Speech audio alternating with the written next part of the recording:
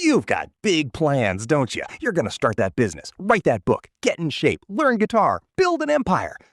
You've watched all the motivational videos. You've made the vision board. You've told everyone about your goals. But here's the question. Why are you still on the couch eating chips and scrolling TikTok? Let's talk about the psychology of people who dream big but do absolutely nothing. Spoiler alert, it's not laziness. It's way weirder than that. All right, here's what's happening in your brain, and this is going to blow your mind. When you think about doing something amazing, starting a business, getting abs, becoming successful, your brain releases a chemical called dopamine. Dopamine is basically your brain's reward juice. It makes you feel good.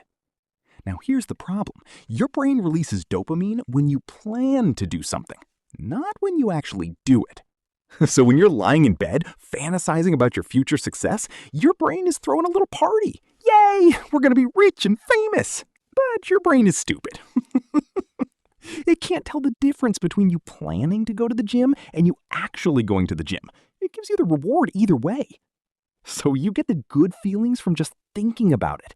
And then your brain is like, cool, mission accomplished. Let's take a nap.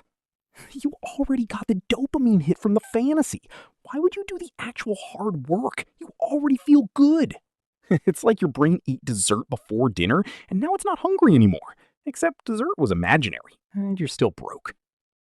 Here's the second reason you do nothing. Your brain is lazy, like really lazy. Scientists call it cognitive ease. Your brain loves what's familiar and easy. It hates change, uncertainty, and effort.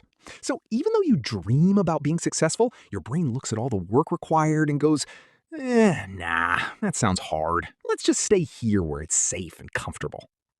Your brain is like a cat. It wants to do the same thing every day, sit in the same spot, and absolutely will not try anything new without a full meltdown.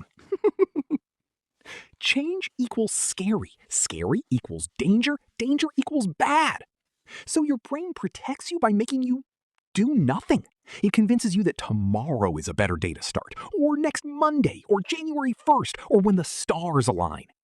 Your brain is basically that friend who's like, yeah, totally, let's go to the gym, and then cancels every single time. Thanks, brain. Super helpful. Okay, here's the third psychological trap. And psychologists actually have a name for this. It's called goal fantasy. When you fantasize about your goals, your brain experiences what researchers call premature goal completion, which is a fancy way of saying your brain thinks you already did the thing just because you imagined it really hard.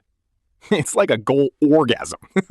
You get all the pleasure of success without actually doing any of the work. You imagine yourself fit, successful, famous, and your brain is like, wow, we did it! Great job, team!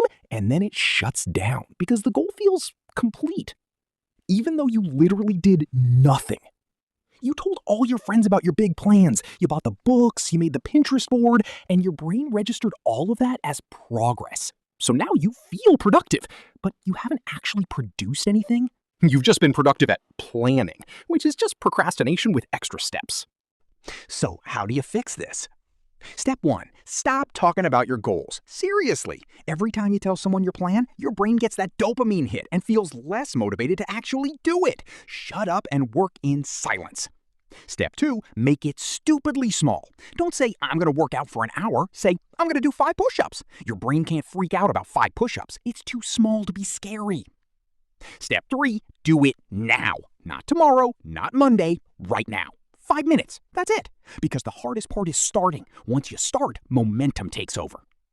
Your dreams are awesome, but dreams without action are just expensive daydreams.